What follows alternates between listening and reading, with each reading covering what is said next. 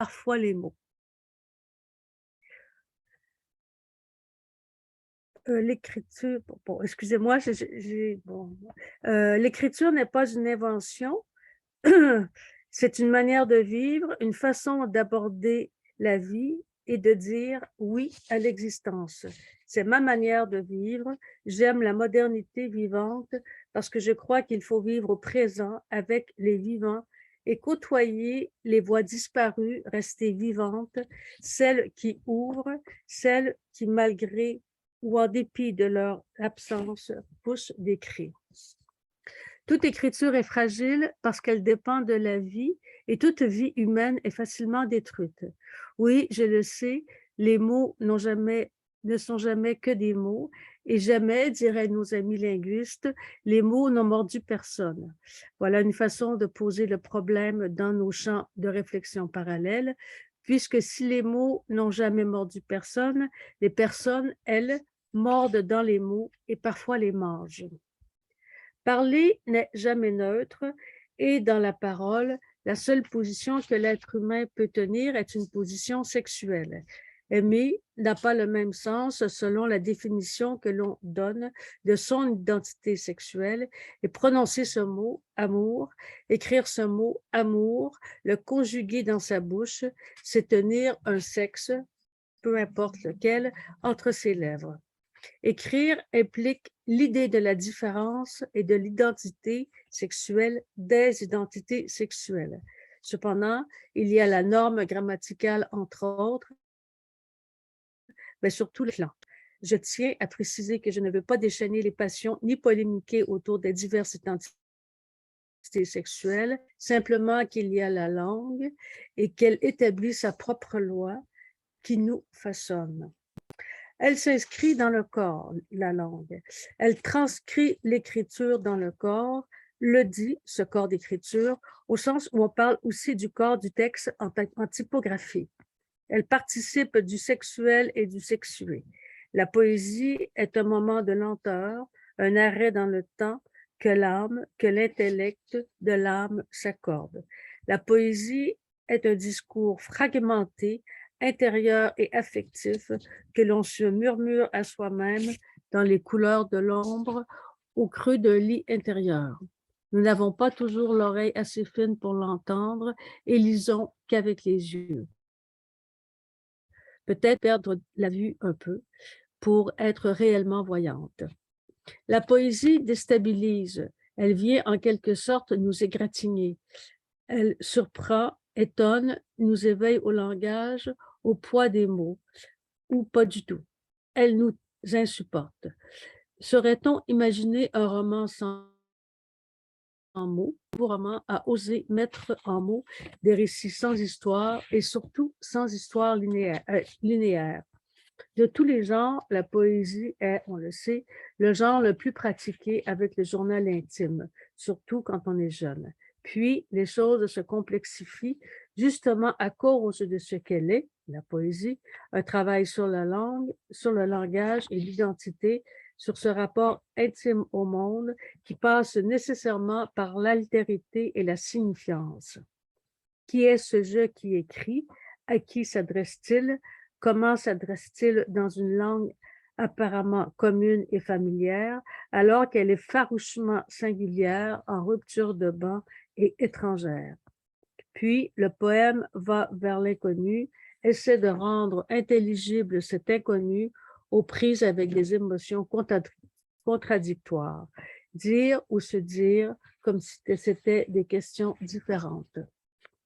La littérature québécoise n'existe qu'en rapport hiérarchique avec d'autres littératures, comme toute littérature.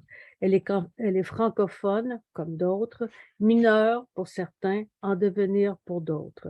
Dans la mouvance des identités, elle est migrante, mais ne serait-elle pas migrante par définition, mouvante aux identités multiples, puisque ne venons-nous pas tous d'ailleurs, ne sommes-nous pas tous et toutes étrangers et étrangères? Ne connaissons-nous pas tous et toute cette humiliation devant l'ère de la langue littéraire dite normative? Nous nous entretenons avec les autres et le réel des rapports filtrés par le prisme d'une mémoire affective et fragmentée.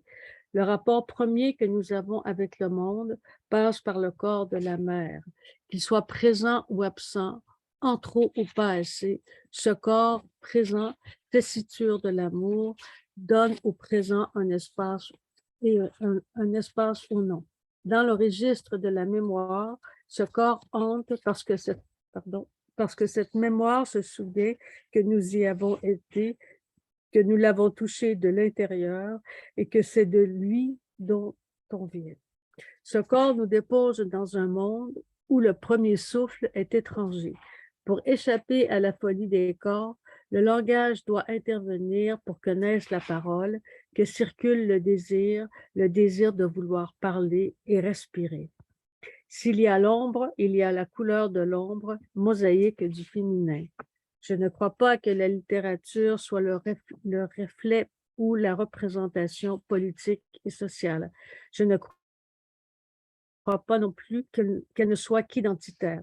Dès l'instant où le sujet se met à sa table d'écriture, il est confronté au langage, à la langue et aux mots, les siens, mais aussi ceux de son milieu, de ses origines, de son histoire. Une œuvre littéraire est une œuvre de langage, un roman, c'est une longue phrase. L'écriture, au-delà de l'écrivain et de son vouloir dire, questionne le monde et l'individu face à son monde. Le texte dit plus que ce que l'auteur croyait ou désirait exprimer. Il dit autre chose, autrement et à sa propre vie. Parce qu'aucune lecture ne saurait en restreindre le sens, chaque lecture est nouvelle et différente, et le dire d'un texte dépasse grandement le vouloir dire de l'auteur. La langue est le cas particulier du langage. On parle de langue française, québécoise, anglaise, allemande, etc. La langue est par définition un système de communication orale et écrit commune à un groupe linguistique. Par conséquent, il est support de la culture et de la littérature. Autrement dit, la langue est le code commun avec ses niveaux de langue et son propre système de signes. À la différence du code, la langue se sert des signes qui la constituent.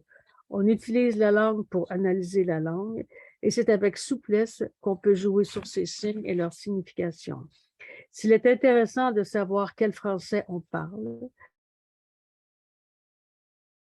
pensez quelle langue parle à travers moi, quelle langue intérieure me traverse pour arriver à faire sens et non pas un sens, serait plus juste, plus inspirant, et cela éclaire ce rapport singulier que l'on entretient avec la langue.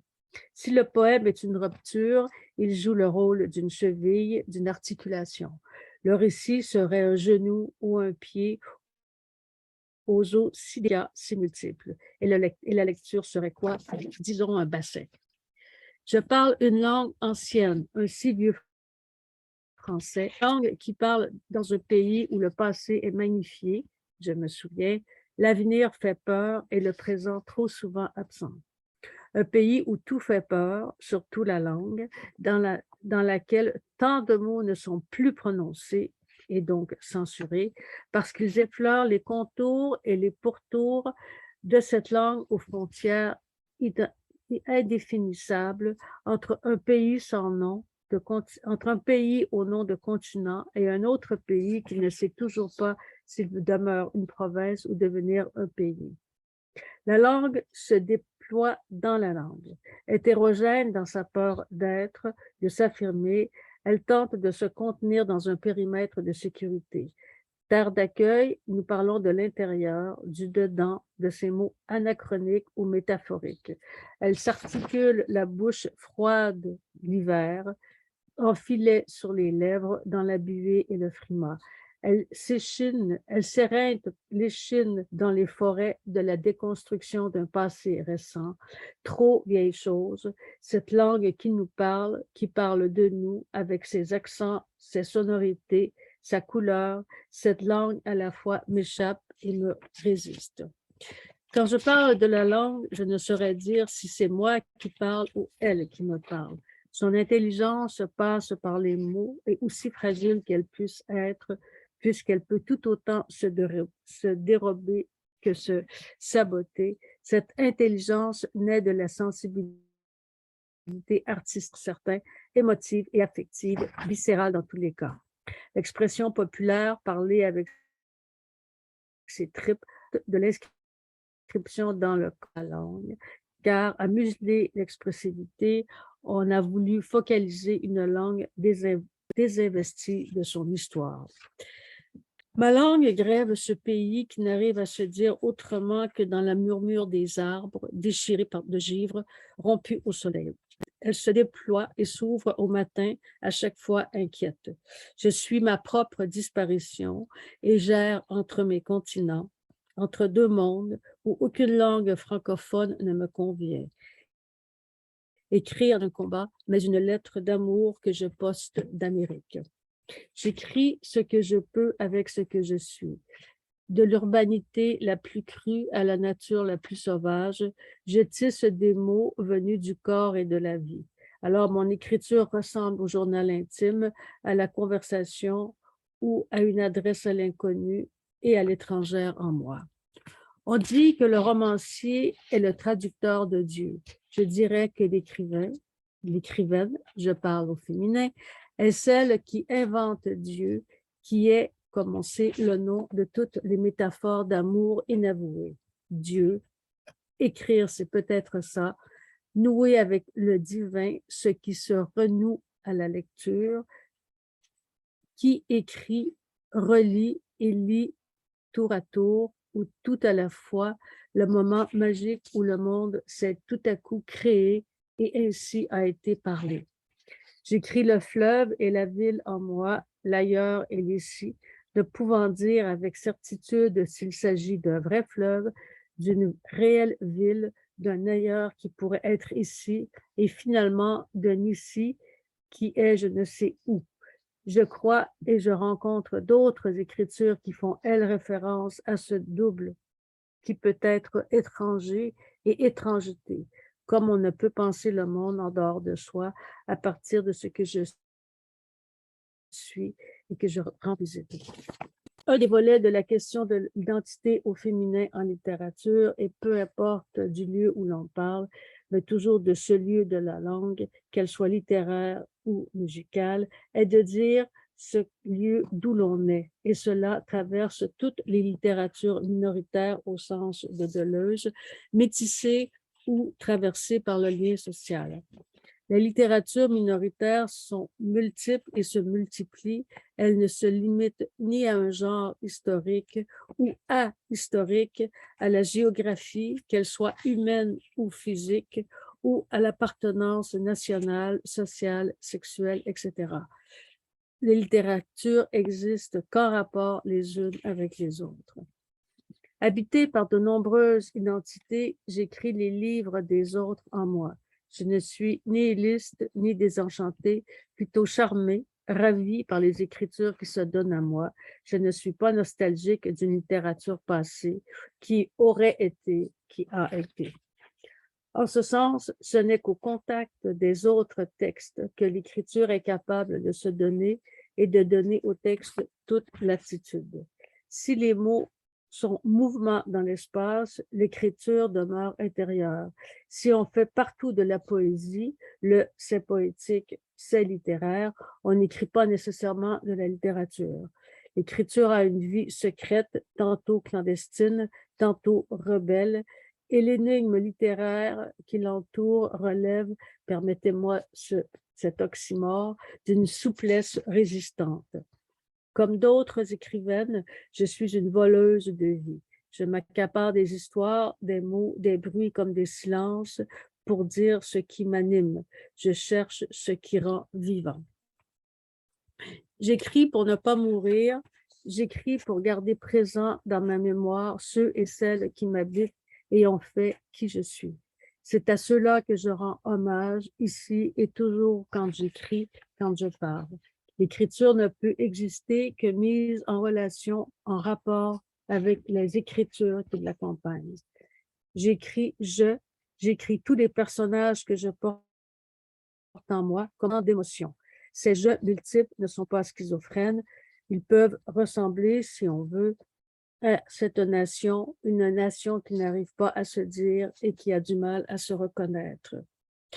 Comme vous l'entendez, je ne suis pas capable de me séparer de l'écriture, de toutes les écritures. Quand je lis son revers et je marche dans le texte, puisque tous les mots m'appellent et m'interpellent, mots à écrire, mots à lire, à tourner dans ma bouche. On ne peut lire en dehors du rythme du texte et chaque livre est un nouveau livre à écrire. Lire, écrire, acte d'amour, de reconnaissance et d'humilité. Je n'écris jamais seul, mais toujours accompagné. Dans la fiction, est-ce que vous voulez que je m'arrête? J'entends pas, je vous entends pas. C'est bon? C'est Oui. bon, vous m'entendez? Non, non, c'est Oui. pas pour vous arrêter, parce que c'est plutôt pour poser une question, si j'ai la permission. Okay. Oui, vous donc, avez toujours la permission. Okay. Bon, donc la question c'est très simple. La première question que je voudrais poser, c'est votre choix de la poésie. Vous avez dit que, voilà, quand vous écrivez, vous êtes plus à l'aise d'utiliser le genre de la poésie. Mais moi, je trouve personnellement que la poésie a un cadre très fixe, n'est-ce pas? Donc, et vous parlez de l'identité, vous parlez des thèmes qui sont, comment dire, assez élaboratifs, n'est-ce pas? Donc, comment vous arrivez à utiliser cet espace très cadré de la poésie pour explorer ces thèmes que vous nous avez présentés? Ce que je vous dirais, c'est que d'abord, en ce moment, j'écris surtout des récits poétiques. Et en fait, je dis récits poétiques parce que j'écris le récit comme si j'écrivais de la poésie. Comme vous voyez, ma question, mon champ de recherche est toujours la question de la différence sexuelle. Vous m'entendez bien? Oui, alors ma question est toujours la question de la différence sexuelle liée au langage. Hein? Alors, quand, bon, là, en ce moment, d'ailleurs, je vais vous lire un extrait de ce sur quoi je suis en train d'écrire. Je crois que je vais vous lire tout de suite l'extrait. Vous allez comprendre quand je vous dis que c'est à la fois poétique, mais c'est pas vraiment, oui, c'est à la fois poétique, mais il y a toujours cette question du langage. Il y a toujours cette question du langage qui m'importe. On est dans une période où on est dans une période un peu, disons, policière, où on veut empêcher les mots et on veut empêcher aussi, paradoxalement, la féminité. Bon, ça, en fait, attendez que je vais juste sortir la page. Je vais vous lire une page du récit, de mon prochain récit, dont le titre est « Ta haine n'a d'égal que l'amour ». Et vous allez voir comment je travaille cette problématique et vous allez voir que même s'il y a un récit, puisque c'est l'histoire d'une femme, même s'il y a un récit, il y a un esprit poétique. Alors, tu n'as que la violence, celle de ton père et ses mots, et le mépris que vous avez pour eux.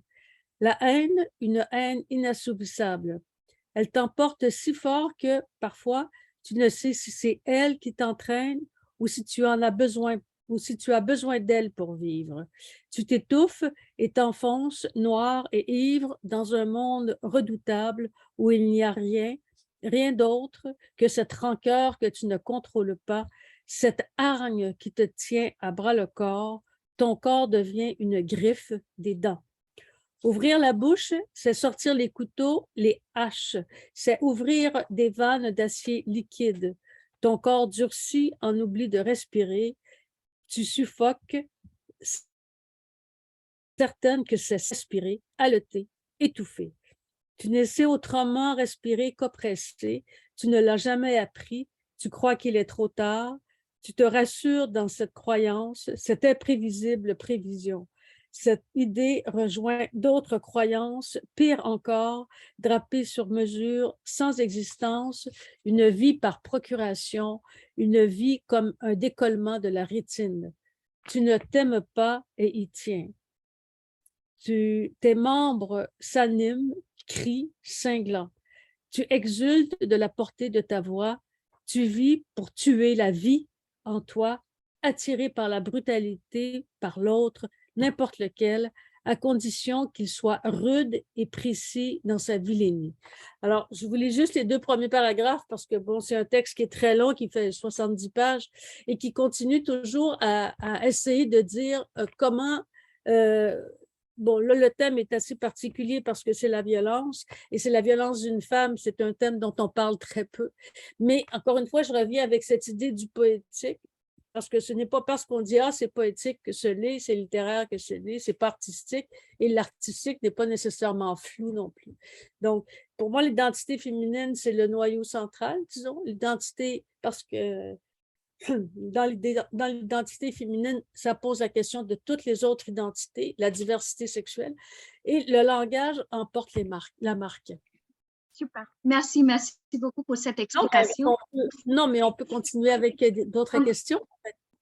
Ouais. Donc, j'ai un collègue avec moi de Delhi qui a aussi une question pour vous. Oui, donc, je passe la parole à monsieur. Super. Oui. Bien. Tout d'abord, merci de cette communication très, très intéressante. Je n'ai pas lu vos œuvres et aujourd'hui, je décide de lire ce que vous avez écrit. Parce que je ne travaille dans le domaine de la littérature québécoise beaucoup, mais c'est très, très donnez-moi votre adresse, je vais vous les envoyer, monsieur. Donnez-moi votre adresse, je vais vous les envoyer par la poste. Merci, bien sûr. Donc, et voilà. J'avais une petite question en vous écoutant, que vous avez parlé de l'identité, dans certains contextes, l'identité nationale et en même temps l'identité féminine, ouais. Et surtout dans le contexte de vos poèmes. Donc là, je trouve il y a quelques chemins un peu problématiques peut-être parce que l'identité nationale, c'est souvent très, très patriarcal, parce que comment vous définissez la nation, patriarchie, c'est un discours très, très patriarcal. Et c'est dans ce contexte où placez-vous le discours féminin ou l'identité féminine, surtout dans le contexte de ce que vous écrivez. Oui, je dirais peut-être que ça va vous faire rire, mais je pense que c'est pas juste patriarcal, c'est très paternaliste. Hein? Avec ce qu'on a connu les 2 dernières années avec la COVID. Par exemple, je vous dirais que quand j'entendais parler notre premier ministre, M. Legault, j'avais l'impression qu'il parlait comme un bon père de famille pour nous rassurer. Alors, j'avais tout le temps l'impression qu'il nous prenait un peu pour des gens insignifiants. Hein? On ne pouvait pas comprendre la réalité. Alors, dans ce sens-là, je trouve que vous avez tout à fait raison. Je suis contente que vous le disiez parce que moi, je n'aurais pas osé le dire. Ah, je n'aurais pas osé dire une telle chose. Mais comment je place ce... Je pense que le discours des femmes dans le discours national... Si on regarde historiquement, la poésie nationaliste a été identifiée aux éditions de l'Hexagone. Hein? Toute la poésie nationaliste a été identifiée aux éditions de l'Hexagone. Et si on regarde les premiers ouvrages qui ont été publiés dans les années 50, il n'y avait presque pas de femmes, pour ainsi dire, il n'y en avait pas du tout. Comme j'ai été directrice des éditions de l'Hexagone, je peux vous en parler assez longuement. Mais je pense que c'est avec la venue du féministe et je dirais aussi autre chose qui va peut-être vous faire sourire, la venue du Parti québécois. Parce que quand le Parti québécois a commencé à se mettre en branle au Québec, les femmes collaient les timbres sur les enveloppes. Les hommes parlaient et les femmes collaient les timbres sur les enveloppes. Jusqu'à ce qu'on dise non, on est capable de parler aussi. Et là, on a eu cette femme première ministre qui a quand même été presque assassinée. Alors, vous voyez, c'est toujours un peu cette ambiguïté, c'est toujours je dirais, je ne sais pas si vous allez comprendre cette expression qui est peut-être trop québécoise, mais le féminin dans le discours politique est une patate chaude. Je ne sais pas si vous comprenez. Le féminin est une patate chaude. On ne sait pas comment la prendre. Une femme doit être un homme ou elle doit ressembler à un homme.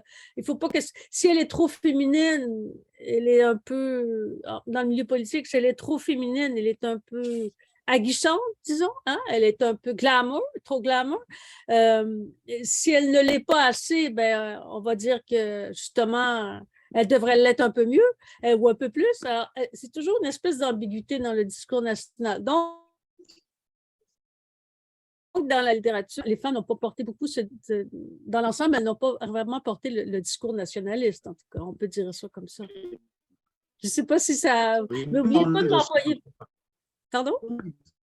Oui. Non, non, mais en Inde aussi, quand on parle du monde, on en parle écoféminisme, mais pour la nation, on en parle toujours très, très paternaliste. Donc, je comprends tout à fait ce que vous dites. Ouais. Mais donnez-moi votre adresse, demandez à Gentili mon adresse et puis je vais vous envoyer mes livres. Bien sûr, merci, certainement. Oui. Donc, merci, Daniel, pour toutes ces explications. Ouais. On peut continuer si vous avez d'autres choses à Oui, ajouter. je vous lirai peut-être pour terminer quelques poèmes. Hein? Quelques poèmes, mais vous allez voir que même dans la poésie, je suis toujours préoccupée par ce narratif. D'ailleurs, je fais que de la poésie en prose. Je ne fais pas de poésie en vers. C'est trop compliqué pour moi de faire de la poésie en vers. Alors, je fais de la poésie en prose. Et encore une fois, vous allez voir qu'il y a la question de l'intérieur. Pour moi, c'est très important, la question de l'intimité et la vie intérieure. Alors, je vais vous lire 2 poèmes. Hein? Alors, tiré de texte qui s'intitule « Ainsi cela devient », qui sera publié à Montpellier. Ce pourrait être l'été dans le velouté des nuages moutonneux, les vents contraires, les adultes jouent dehors à être des enfants, les enfants se perdent en songes, emportés dans leur forêt et les remous de la rivière. Oui, ce devrait être l'été, rempli des bruits à l'écart des voix humaines, des coups de marteau, des grondements de scie et de rires gras, d'odeur de viande grillée. La route brûlante de terre sèche conduit ici et là, des directions qui ne donnent accès à rien, qui ne mènent nulle part. Les hommes contemplent le corps des femmes et celui des hommes, les femmes. Et celui des hommes. Les femmes détournent leur regard et vient ce mot foudroyer au féminin pluriel. Ce devrait être l'été dans la quiétude des veillées, celle où les clameurs se sont tues, étouffées plutôt pour laisser place aux étoiles, aux parfums de fleurs sauvages. Quelque part en ce monde, il fait encore jour, ailleurs c'est pleinement la nuit, l'air s'assagit de chaleur, le vent emporte les paroles. Il suffirait de dire le désenchantement, comment, la sérénité à venir, laquelle, ce pourrait être l'été, ce devrait être l'été en sa langue revisitée, entre les doigts ouverts, une lune rouge éclate, la lune des moussons. Voilà. Voilà. Merci beaucoup pour cette belle présentation. Donc, j'ai une autre question pour vous, si je peux me poser. Oui. Donc, tout au long de votre présentation, vous avez parlé de langue, la langue, l'écriture. Donc, Ouais. comme une poète, quel rapport existe comme une poète entre vous et la langue que vous utilisez dans vos poèmes? Est-ce que vous personnalisez la langue un petit peu? Ou voilà, de quelle façon vous exprimez à partir de la langue, si oui, c'est ça la question. Oui, alors je vais peut-être vous faire rire, enfin j'espère vous faire rire un peu, mais j'ai toujours l'impression de ne pas avoir de mots. Alors, je ne sais pas, j'ai l'impression qu'il me manque tout le temps des mots. Je n'ai pas jamais le bon mot. Peut-être que c'est ça qui fait que j'écris, parce que c'est pas ça que je voulais dire. C'est autre chose que je voulais dire, mais j'ai pas les mots pour le dire. Donc, il faut que je recommence. Bon, en fait, je tricote aussi. Hein. Je vais vous dire une métaphore. Là, c'est une métaphore. Alors, je tricote et en général, quand mon tricot est fini, je le défais. Okay. Parce que c'est pas ça que je voulais faire.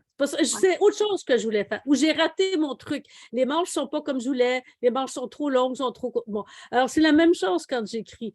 J'ai un rapport au monde aussi où je suis très, très sensible à ce que les gens disent. Je suis quelqu'un qui écoute beaucoup.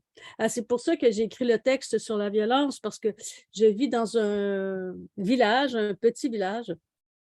J'habite pas dans la ville. Je vis dans un petit village où il y a beaucoup, beaucoup d'illettrés. Vous savez qu'au Québec, il y a 53% de la population on les considère des illettrés fonctionnels. Donc, je travaille pas, mais je parle avec eux, ce sont mes voisins, on prend l'apéritif, etc. Et je leur ai demandé une fois à quelqu'un, j'ai demandé, mais ça te gêne pas de manquer de mots, de ne pas savoir comment nommer la chose. Alors, on dit donne-moi l'affaire ou bon, on dit des mots. Et les gens, beaucoup m'ont dit non, ça ne nous fait rien de ne pas avoir les mots. Donc, je me dis, mais il fonctionne à quoi? Avec 2000 mots? C'est tout. Alors que moi, j'en ai jamais assez parce que la réalité est tellement complexe. Comment vous voulez? Vous voyez, là, le jour est levé au Québec. Ah, bon, le ciel est magnifiquement bleu. Il y a de la neige, c'est magnifiquement beau aussi. Comment je fais pour décrire ça? C'est quoi les mots que je peux utiliser? Alors, et moi, c'est moi qui les vois. Et pourquoi est-ce que je ne peux pas, bon, là, on est en Zoom, mais pourquoi est-ce que je ne peux pas voir le ciel et la neige avec vos yeux? Pourquoi est-ce que vous ne me donnez pas vos yeux pour que je puisse les voir? Et pourquoi est-ce que je ne peux pas être dans votre tête avec vos mots pour décrire ce que je vois? Alors, ça a l'air un peu de la science-fiction, là, mais ce n'est pas de la science-fiction. Pour moi, c'est très important. Quand j'étais jeune, quand j'étais petite, c'était ma question. Comment je pourrais faire pour voir le monde avec les yeux de quelqu'un d'autre? Donc, la langue est très pauvre, d'après vous. Il n'y a pas de vocabulaire suffisant. Il manque de lexique, il manque de vocabulaire. Ouais. Si je vous demande comment vous allez, vous allez me dire où je vais bien, où je vais mal, où je vais à peu près. Mais entre le bien, le mal et un éventail de sentiments, un éventail d'émotions. Comment se fait qu'on n'a pas les mots pour dire cet éventail-là? Ils sont où les mots? Ils sont où? Oui, je vois. Merci beaucoup. Donc, pour terminer, peut-être un autre extrait de vos œuvres. On vous attend. D'accord. Alors, je vais vous lire encore, le texte sur la violence, parce que c'est un texte sur lequel je suis en train de travailler en ce moment. Alors, c'est un texte qui me parle beaucoup. Vous m'entendez toujours? Parce que j'ai l'impression que la caméra... Bon, enfin. Oui, on vous attend. OK, parfait. Alors, attendez, que je vois. Bon, alors, je continue. Alors, seul avec toi, tu ne sais plus qui tu es. D'ailleurs, tu ne te reconnais pas dans le miroir. Tu es ravagé. Que ravagé?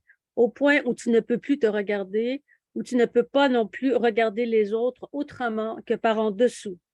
Tu es en mille morceaux, fragmenté, privé de toi-même, déterminé par des lois et des devoirs qui n'en finissent plus de s'accumuler, soumise à une routine que tu n'as pas choisie, mais que tu revendiques et exiges avec rage. Tu ne sais pas, ne t'y habitues pas, un poignard dans le ventre, terriblement étrangère à toi-même, tu ne cherches même plus à éteindre tes paroles. Ravi de ne pas taire cette langue dont tu es fier et que tu revendiques, tu te réclames de ses veines en chagrin, tu te réclames de ses veines en charpie ou d'un cœur éclaté dans l'automne. Au printemps, le changement de saison ne t'atteint pas. Ton corps est une maison qui a trop de portes, trop de fenêtres, d'ouvertures de toutes sortes. Ton corps est une passoire, un écumoire. Tu crains la lumière d'octobre, cette lumière venue d'un ailleurs entremêlée à ta peau de négresse, de sauvage, de petite juive, dans le rire des femmes maillards et la langue des conquérants, dans leur bouche à elles et celle des enfants tziganes, au corps allongé, secrètement affilé, pays de porteurs d'eau, la peau caviardée. Bonjour, vous allez bien? Bonjour. Vous allez bien? Très bien, merci. C'était un grand plaisir de vous entendre ici. Je regrette je n'arrive pas à me rappeler de votre nom et je ne sais pas comment le prononcer. Je regrette infiniment. Je regrette infiniment. Pas de souci, c'est Nyaneshwari. Donc, Oui. merci Mais en fait. Mm. Et les étudiants et les professeurs ont bien apprécié votre présentation et l'échange que vous avez eu avec Gitanjali tout à l'heure. Et c'est fascinant la façon dont vous traitez le corps humain avec votre poésie, en fait. Mm. Mm. Merci. Et je Merci. vous remercie de la part du Bureau du Québec à Mumbai. Bonne Merci. Et continuation. j'espère qu'un jour nous pourrons nous rencontrer pour le vrai. Oui, bien sûr. Bien sûr. Hâte de vous accueillir en Inde. Oui. Pardon? Hâte de vous accueillir en Inde. Ah, ben alors, écoutez, ce serait un honneur. Ce serait un honneur. Très bien. Alors, On remercie Madame Beaulieu aussi de nous ben joindre oui. ici. Oui, je vous dis, Et c'est je notre. sais que c'est très tôt le matin au Québec, donc Ouais. je suis sûre que vous vous êtes réveillés très tôt pour connecter avec nous, mais on est un peu en retard aujourd'hui, donc je suis désolée, tout à l'heure, on n'arrive pas à connecter à 17h30, mais voilà, on est tous là, donc oui. On fait avec la vie qui se présente. On fait avec la vie. Hein. Ah oui. C'est ça. Merci, Merci, en Daniel, fait, merci Suzy. aux organisatrices et bonne fin de journée à vous. Merci, Ouais. merci beaucoup. Merci Suzy et est à une- Laïc Tokyo aussi pour Oui. faciliter notre conversation. Ça nous fait plaisir. Ouais. Ouais. OK, bonne journée à vous. Bonne Et journée. merci encore une fois. Oui. Au revoir. Très tôt. Au revoir. Au revoir. Stop.